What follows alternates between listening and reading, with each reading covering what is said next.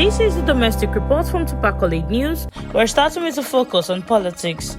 The National Assembly has suspended all legislative activities until Tuesday, July 22nd, in honor of former President Muhammadu Buhari, who died on Sunday in London at the age of 82. In a statement signed by Clerk Kamoro, Senate President Godswill Akpabio and House Speaker Tajuddin Abbas directed the halt to pay tribute to Buhari's legacy of integrity and service. Lawmakers are urged to adjust their schedule to attend the burial rites in Daura. Senate President Opeyemi Bamidele and other lawmakers pay glowing tributes, describing Buhari as a disciplined leader whose democratic and military legacies reshaped Nigeria's political history. The House of Representatives similarly described his death as the end of an era. Still in politics, Osun State Governor Ademola Adeleke has fired back at former Governor Rauf Aregbesola, accusing him of leaving behind massive debt, unpaid salaries and failed projects, following Aregbesola's weekend declaration that his new party, the African Democratic Congress, would reclaim Osun State in 2026. In a statement, Adeleke described Aregbesola's tenure as the worst in Osun State, claiming his administration had cleared much of the financial mess left behind, including payment of 28 months of half salaries and 60 billion naira in pension debt. He touted his own record of road construction, school and health center rehabilitation and infrastructure delivery without borrowing, asserting that voters will reject Aregbesola's comeback attempt in the 2026 governorship election. More on politics, the coalition of political opposition in Kaduna State, in alliance with the African Democratic Congress, has launched a bold push to unseat Governor Uba Sani and rule in All Progressive Congress in the 2027 election. At a press briefing in Kaduna, led by former APC chieftain Salihu Lukman, the group comprising ex-members of APC, PDP and LP unveiled plans to build a grassroots-driven, people-centered political force. Endorsed by prominent figures, the coalition pledged to end godfatherism, unify the opposition and resist hijack attempts within the ADC. Lukman said the statewide consultation and membership verification exercise has begun as the coalition draws momentum from the national ADC framework to present a united front in 2027. And in international relations, the United States has issued a strained warning to Nigerians against overstaying their authorized visa duration, stating that violators risk deportation and a potential lifetime travel ban.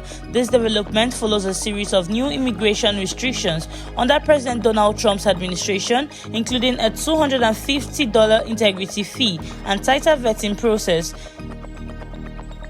In a statement via its official X handle, the U.S. mission in Nigeria stressed that remaining in the U.S. beyond the approved period could lead to severe penalties. The U.S. also introduced a stricter visa rule, reducing non-diplomatic visas to 3 months, single-entry permits, and now requires social media account screening with privacy settings set to public for F, M, and J visa applicants. These measures, according to the U.S., are driven by concerns over visa overstay, security, and document fraud.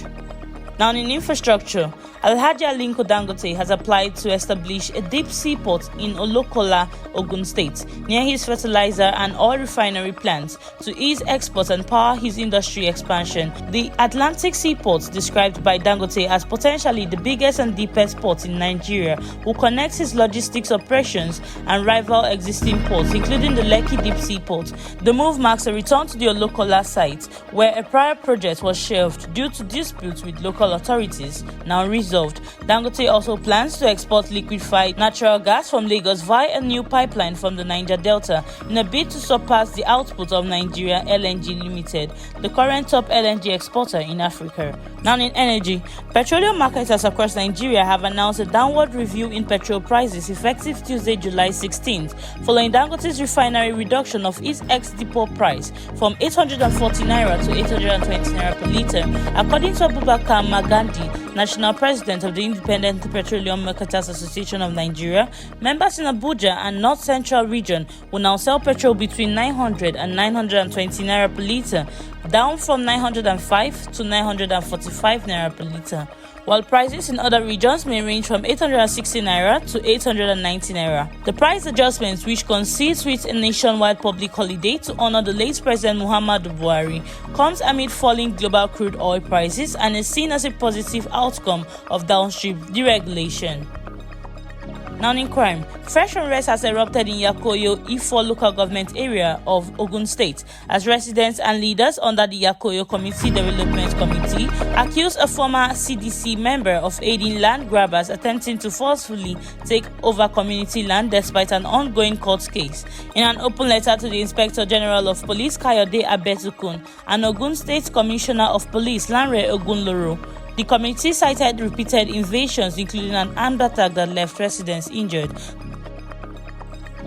They also alleged attempts to rename Johnson Street and expressed frustration over unaddressed police complaints, urging urgent intervention to prevent further intimidation and violence. Now in sports, Victor Osimhen's proposed €75 million permanent move from Napoli to Galatasaray is facing fresh hurdles as the Serie A club insists on a full €35 million balance payment by 2026 and a 20% sell-on clause before finalizing the deal. Despite Galatasaray agreeing to the asking price, they offered to pay €40 million upfront and the rest in installments, a structure Napoli rejected. The delay echoes last summer's standoff, with Osimhen again submitting a medical note to skip Napoli's pre-season camp under the new manager Antonio Conte. The Nigerian striker, who netted 37 goals for Galatasaray while on loan last season, remains keen on the Turkish move. So now be renewed pressure from Napoli to accept a Saudi offer from Al Hilal. That is the domestic news update. For now, not top Accolade news. To stay with us for more domestic updates and development. I am Blessing Bassi.